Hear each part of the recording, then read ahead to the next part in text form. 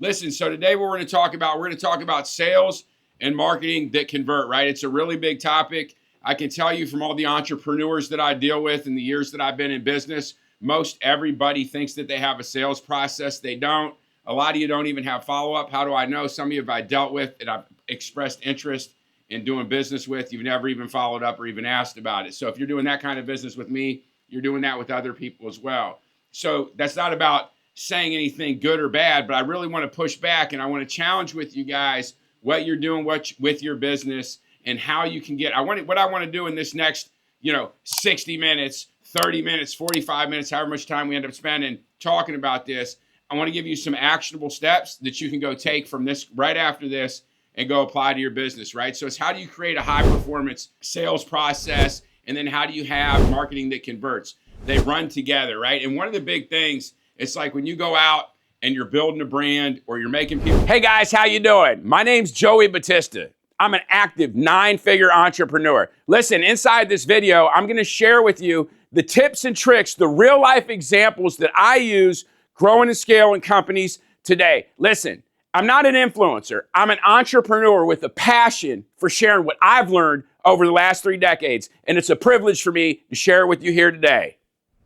Sometimes people buy in 1 month, 3 months, 9 months, 12 months, 15 months. But when you become the authority or your market becomes where your product, good or service becomes well represented in the marketplace, you shorten the transaction time and or you win business, right? So there's a lot of different variables to go in there and look at. It's a lot of times when you're building out a high performance sales culture and or a marketing campaign, getting it dialed in takes a lot of work, right? But it really doesn't. It just takes some intention. So we're going to go ahead. We're going to give you some framework, make it really easy. We talked about they're not the same silos, right? We can go back and forth about that, right? It's one powerful engine. Your sales feeds your marketing. A lot of people, a lot of these things, when you see them going on, I put the information out there in the universe for people to look at and see what it is. People talk about organic. They talk about paid. They talk about marketing. They talk about sales. You're just playing with them both. Of course, sales is one thing, marketing is another, right? So when I say they don't operate 2 silos, what I'm saying is you have to have both of them playing together in harmony in order to dominate, right? So what I want you to do is I want you to look at your sales process. How do you sell? How do you upsell? How do you present products? Maybe you're presenting products and people are saying yes to them. Are you ready for a price increase? Is there there's more than one way to scale? And there's more than one way to move your sales up, right? Maybe perhaps you only have so many clients, but maybe you can get double the amount per client. Hey guys, if you found value in this video, share it with somebody in need. Listen, these videos are a series all brought together that can teach you the real life example. So if you liked it, follow the other video. So there's different ways. I want to give you different ways of thought, and I want to give you some different ways of thinking about it. So what we're going to do is we're going to go ahead and let's talk about doing a SWOT. What are your strengths? What are your weaknesses? What are your opportunities? What are your threats? Are you in an emerging or declining market? Are you not getting the upsales that you need to be getting? Where are you weak? Are you light staff? Are you light staff? Is your staff poorly trained? Are you poorly trained? Do you need to level up? Do you need more training? Right? So this is something what I want you to do is I want you to take a minute and I want you to actually go down and create a SWOT on your sales process. For those of you that haven't done a SWOT, it's really simple. It's strengths, weaknesses, opportunities, and threats. It's an easy textbook case format, a way to get you thinking. We can come up with something real elaborate and pretty, but we can use something that's already there. Remember, this is about you taking time to go do your direct reflection in it. How are you able to go in and look at exactly what you're doing in your business and your sales process? So go ahead. What are you currently doing? What does that look like? What does the initial contact with the customer look like? And I want you to go ahead and I want you to look at it a little bit different. This is just for the sales side. You're going to do the same thing for the marketing as well, and then see how they play together. But here's one of the main things that you need to look at. What does it look like as I come into your ecosystem?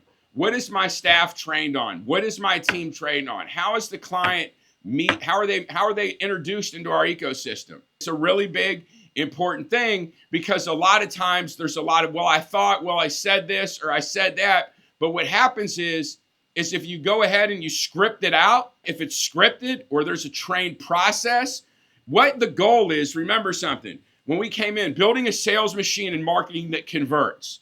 The first thing you have to understand in order to get conversion in anything is it's a game of percentages. If you can't do the work to go ahead and to make each individual thing better, you're not going to be able to get the results that you want. I deal with entrepreneurs all the time. And chances are what most of them do, as soon as it comes time to learn the tough things, a lot of them, what they do is they just regress back. They go to wherever they're comfortable. What they don't understand, what I'm attempting to teach you here now, is that if you go ahead and you look at business like this, you can get better on every single piece. So then you have a navigation in your business so you know exactly what's wrong. Like when you go in and you're not getting the sales, you can identify exactly what it is. If your marketing isn't working, you can identify what it is. I'm giving you 2 of the pieces to an operating system. You don't get a whole bunch of points because you go and you look at the analytics that Meta assigns you or Google assigns you, and you go in and you look at their numbers and you rattle them off. You have to know what metrics are going to drive your business and what's going to build your company to get the ideal outcome that you're looking for. I say this because you have to make the message clear, because most of the time I would ask somebody, I would frame it. You tell me what's going on with your sales. How's your marketing working? How's your marketing working? Some people say, oh, I'm an excellent marketer. So you hired an agency and you don't know anything that's going on with it, right? How do you know they're doing what they're supposed to be doing? And chances are you don't. See, most people don't know. And it's not until the pain of not knowing becomes so bad that then you want to go quest the knowledge. See, that's what usually happens, right? A lot of times I talk to people and they have a lot of ideas and they want to do these great things. But what happens is they end up on their knees when they failed and they have no other options. Sometimes, now the smart ones don't do that. The smart ones learn ahead of time. That's what they do. So that's what I'm attempting here to do. And the reason why I got to frame it like that, because those of you that know me, this is my style. This is how I operate. But I want to give the value to you in a way. I want you to pay attention, because you're looking at this and you're like, well, hey, what am I going to do? What are the strengths? What is strong? What do you do really well in your sales process?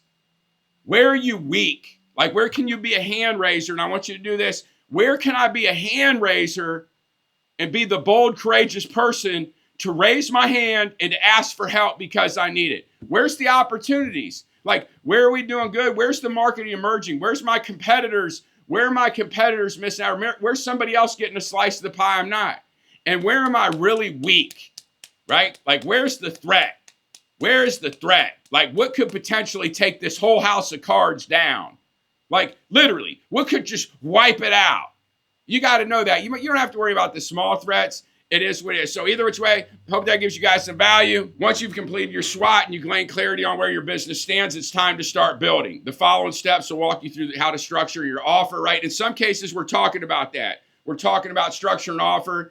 It's the same thing, whether it's for an offer, brick and mortar, online, e-commerce, you name it, it's the same thing. And you can go ahead and look at it. A lot of times people are going in and they're adding this piece. When you start talking about the marketing, a majority of people are adding it online. That's why we talk about it. Where's your core offer? Your core offer, your core business, your core. Your core is where's 80% of your revenue going to come from. You can't be everything to everybody.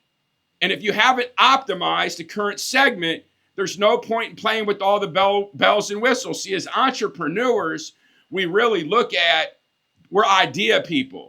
And that's good, especially us visionary entrepreneurs. That's good until you just become an idea factory of incompletion and you're not executing on the things that you're already supposed to be doing, right? It's nice to add extra initiatives, but a lot of times you got to beware because your extra initiatives are taking you off purpose. You're falling off your true purpose is what's happening. You're falling off your true purpose. So that's what I want you to do. So basically, how are we going to go ahead? What's your core offer? What's your core good? What's your core service?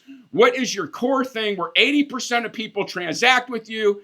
This is what pays the bills. Think bread and butter, right? I like to keep it really simple. Think bread and butter. And then when we get into the other 20%, we'll start talking about the steak. But right now, for the sake of it, we got to get a strong infrastructure in place. We got to get a GPS. We got to get a navigation so that people that we bring into the organization, that we can teach them how to make decisions. We can give them the blueprint for how to be successful. That could be whether it's 3 or 300 people. but you still have to have something there, or you can just keep riding in the dark, right? And we don't want to do that because that's why you guys are great. That's why you're here. We're not doing that. Identify your dream client's pain points, right? If you can remove pain, if you can solve problems, people will pay you for it, right? Because keep in mind, I want you to realize something. We're talking about shorting conversion cycles. See, there's people that a lot of you've dealt with today that plan on spending money with you, that plan on doing business with you. Maybe they haven't been educated enough. Maybe you didn't clearly communicate your message enough. Maybe they have to go feel the pain of the current decisions that they're making, but they're going to come back and they're going to transact with you. That is unless you blow it, unless you stop showing up for them in whatever capacity you can, whatever the case may be. So look at that. What is it? Create an irresistible offer. We should be looking at, and a lot of times you can look at these different things. We should be creating an offer that people say yes to. If they're saying yes to it all the time, we should be raising our prices, right? Real simple formula. We know that's the metric. For those of you that know, we know that's the formula that you follow. Develop an offer ladder, right? How do I go in here and take somebody from low to medium to high ticket? Everybody comes in and acts like they want to be a high ticket customer, a client. But the reality is they're not going to be, right? Not at first, usually. The reason being is you got to get them some fast wins. You got to bring them into your ecosystem. You got to get them some fast wins, get them some results. See, that's the thing. When you go in, there's one there. If you're a consultant, a coach, providing a good or a service, it's about providing real value that's transformational. And that's in one way or another. So once you provide that value, then you earn the opportunity to move them up the ladder, right? So, and then here's the other thing. So we talk about it, we're going back and forth here. It's the same thing. You talk about messaging. This is one of the things, and it's the same thing, hook, story, offer, same framework, whether you're creating content or whatever. You have to make sure that your messaging is speaking to your client's pain and the desired outcome. It has to speak to your ideal thing. Even like me, I've been practicing, playing with different things, and not practicing, but testing, right? We're always testing. It's very simple. Any of us can win at any time, any place that we want to, as long as we're willing to test. Most people are not willing to test, right? Most people aren't willing to show up and do a test and make sure that the work is done beforehand. They wait till the last minute and they show up and they're not properly trained. See, that's the big thing. If you're not properly trained, prepared, executed, like you're not a pro at what you do, you're not a high level skill at what you do, you're going to have to really make sure that you prepare, right? So remember this, when you're going through these things, routines and preparation are weapons against fatigue and turmoil and all these other things. So make sure you use video and direct response to copy and drive emotion to action. Set up an automated lead gen funnel. This thing's, that's a work in process all the time, but some contact's better than no contact, whatever it may be. Implement a CRM to track leads and customer journeys. And here's the thing, CRMs themselves don't do work. They do a lot of it and the automations are good. And I see a lot of this, even in my own stuff with all the technology coming down. But the reality is a lot of it's designed by lazy people who don't really know how to get results. They know how to sell you their good or service, and they know that you may be lazy and you may not be willing to do the work. So when they know you're not willing to do the work, they show up with these products. So you really have to make sure that you're doing it. So remember, you want to spend time in your CRM. If you're not spending time in your CRM and you're in sales, don't expect your revenue to grow, right? That goes to where then follow-up calls or emails or whatever, or even just updates on your automations through everything as fast as possible in the test. If you were to go in and to change 3 things at once, that's not a test. It's not a controlled test, at least. When you move more than one variable, you don't know exactly what it is and what exactly it's going to get you to and where you're going to go with it. So go ahead and choose one main form of paid advertising. And for you, we're assuming right now, most everybody's e-commerce, whatever, especially because how we're brought together today. So it could be different in other cases. For the sake of this is different. But what are you going to do? Are you going to use Meta? Are you going to use YouTube ads? Are you going to use Google? You could use TikTok, right? Depending on if you have a product or something you want to sell. And then use retargeting and lookalike audiences for better conversion, right? That's one of the things. Like sometimes you use YouTube, and from that YouTube, you go in and you remarket from YouTube with your meta. That's next level. Organic content should support your funnels, right? It should definitely support and drive traffic to your current funnels.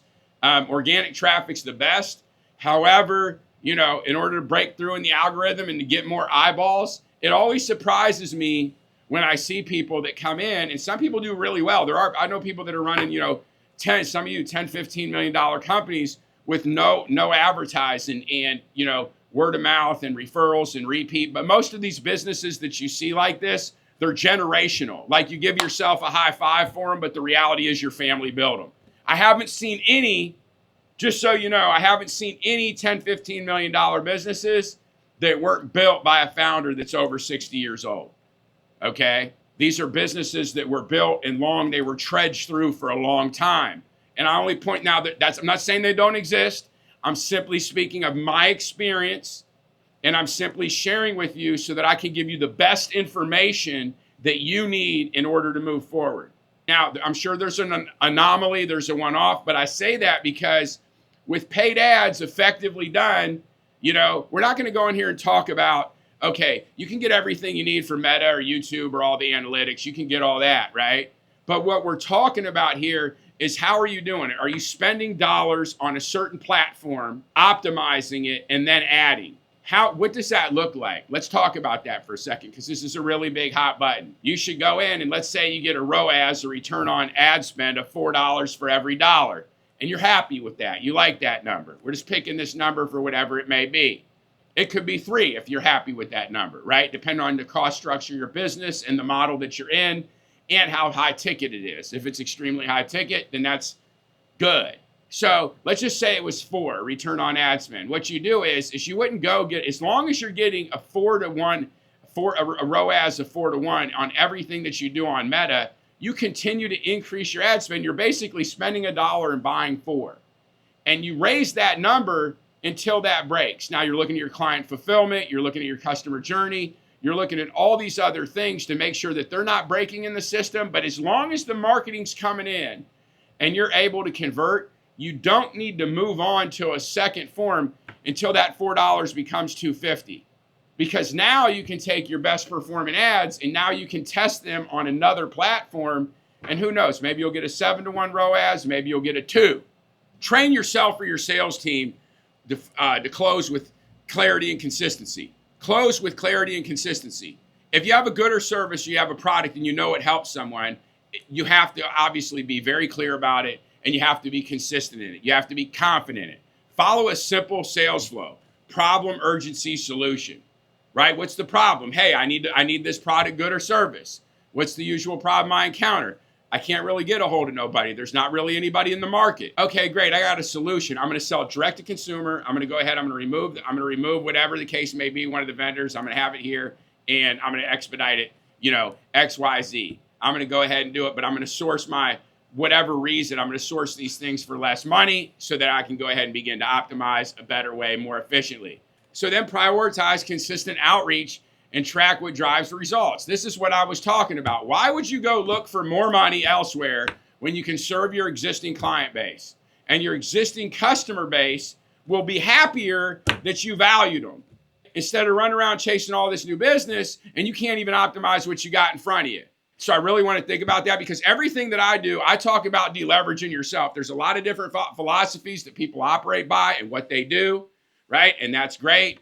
Of course, I love leading from the front. I love being with the team. I love building sales teams. I love working with people. I love working with the culture. But you get no points as an entrepreneur for having to be there every day with your team in order for them to perform. None. That's not a business. That's a job. And that means you can't exit it when you die. That means your loved ones that you want to benefit from it, they can't benefit from it. So I want you to go ahead and look at that. Now we talk about optimization, weekly review of funnel performance and sales metrics. Now here's a big one, weekly review. Most entrepreneurs that I deal with in the $1 to $5 million range, they don't even know how to read a profit and loss statement. Some of them even 10 million, 15 million. They don't even know how to use a profit and loss statement. Some of them that are not thriving, they don't even incorporate these monthly into their team's meeting to have their teams utilize them or whatever the case may be. I know I struggle with these things over the years doing them myself. But the reality is that's not the point. I say this because I know I'm smacking people in the face when I say it, and it's relatable and they know what it is. So I'm trying to get your attention. But the reality is what you have to really think about is, when's the last time that you actually reviewed what you're wanting to improve? When's the last time you sat down and did, what are you going to do after this? That SWOT, that sitting down with your team, that reviewing the numbers. Are you going to find the opportunity? Think about that. Are you going to find the opportunity? What are you going to do with it? See, most of you can really dramatically improve your process, your sales, and your marketing just by looking consistently once a week or once a month. Even if you had to do, if it's important to you, you should be looking at a minimum once a week. If it's important to you, if you want it to change, if you want it to improve, you could literally just have a structured time to bring all parties that know about it in and discuss it for 15 to 60 minutes, and it would dramatically improve. Now, here's the challenge. When you do it to 7 things at once, nothing improves. But if you pick that one highest valued activity, maybe 2, and you look at it and you structure it and you review every week, if you have an emergency situation in your business, or you're really passionate for growth, or you need to get your marketing dialed in, the point that I'm trying to convey to you is set it up on a schedule and review it. What gets talked about improves. Where focus goes, energy flows. Whatever you look at will improve in your business. In this case, we're talking about sales and marketing, right? So let's look at the weekly funnel performance, and let's see, what are we doing to shorten that conversion time? It's no different than doing something like what I'm doing right now. When somebody finally gets on the phone with me or gets in front of me, if we decide to work together, it's very easy. The transaction time goes like this. I'm creating videos, I'm creating content, I'm doing these things. And what that's doing is that's giving people the opportunity to learn about me and say, hey, do I like this guy? Can he help me? Does he have that problem? Can he solve my problem? Did they go through all the fluff with everybody else? Like, here's a guy that actually built a company. He didn't build a company telling people how to build companies. He built a company, multiple companies, and this is what he's done. Maybe if I'm interested in business, I should listen to him. And some people may hear me and say, you know what, I don't like the guy. He's too passionate. He cares too much. He's too intense. I don't like his energy. That's fine. I would challenge you to say that you probably don't like anything, but, no, I'm just kidding. But, let's talk about it, okay? So now here we go. Weekly review of funnel performance. We talked about that. A/B test emails and landing pages. Are you testing them? They always need improved.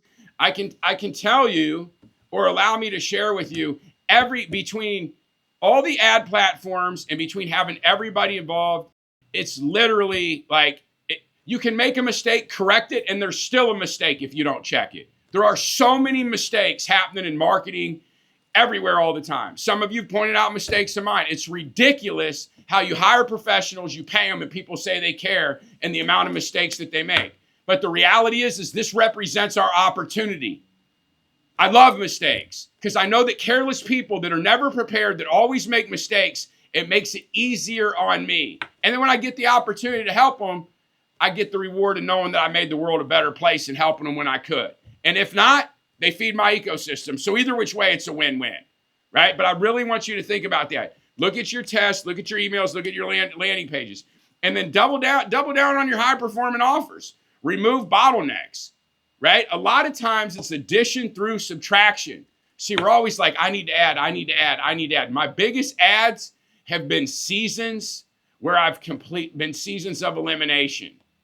Seasons of budget cuts, seasons of letting go poor performers or people that didn't align with my values, people that weren't taking their life seriously, and their laziness and negative energy was affecting the team, and as the leader, I didn't do my job.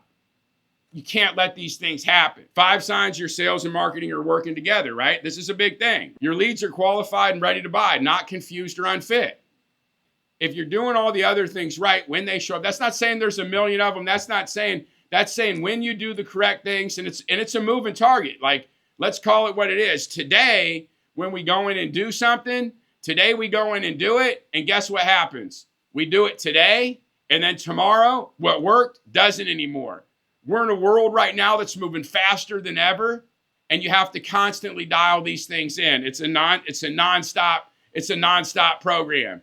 Is this guy showing up every week? Is this guy making good, or gal, making good on their promise? Are they doing it? Are they putting in the work? Are they demonstrating the actions that they say they want us to do? Your sales team knows what the campaigns are and are running and why they matter. This is a really big one. At one point in time, I had an advertising budget that was several $1 million. When I was running the advertising budget, one of the hardest things, one of the biggest things was we had so many customers coming in. But one of the things that really upset the customers was they would get there and there were so many offers going on that they would come in to take advantage of one of them, and the sales representative wouldn't know it. You know, they would call and the call representative wouldn't know the offer. And what would happen is it would make them not trust it. They'd be like, oh my God, these guys are shysters, they're scammers. But no, the reality was we were growing so fast, but we didn't make sure that our team knew the offers. What do they have? Where's the point of sale material? What can we do? Even as I tell you this right now, I'm thinking about what's going on. I'm like, wait a second. I need to make sure the team knows this because this is very real. These things right here that we're talking about, it's not that I ever fall off and don't do them myself, but this is the framework and the blueprint, how I can get back on the horse and pick it up anytime where I'm at, and or how I can hop into a new industry and be able to do it. These are the tips and the things that I've done for almost 3 decades or over 3 decades, however you want to look at it, but that's it. Marketing, use real customer feedback to improve targeting. It's fine. If I don't close the deal, then I know I just wasn't good enough. I know something, maybe me, my team, myself, the service, the good, it just wasn't good enough. It's not something, it's no big deal. It's fine. I messed up. I'm going to use it as an opportunity to get better. The market told me they didn't want to give me their money. The market didn't want to give me their money. So I know that I did something wrong. It's not some big emotional process. What it is, though, it is a competitive process. It's a time for deep reflection, both into your company, yourself, your team, and with some corrections and some actions to test those new corrections. And you get that by getting feedback from your customers. Both teams share data and celebrate wins together. This is really a big thing. Are you going ahead, for those of you that have a big enough team size, you have sales and marketing, are the teams collaborating in how they do it? Are they actually collaborating and feeding each other? Like, hey, man, good job. Good job with that. That's awesome, man. This new campaign, we're getting so many leads, they're converting. We never see nothing like it, right? Or, hey, we're getting these customers in here, but this little bit, they're coming in, but they're not really our customer. This isn't really our ideal candidate. It's bringing us leads, but it's the wrong leads. Okay, this is always going to happen. You continue to dial that in. Hey, guys, if you found value in the video today and you'd like to see more of them, like, subscribe, or share now.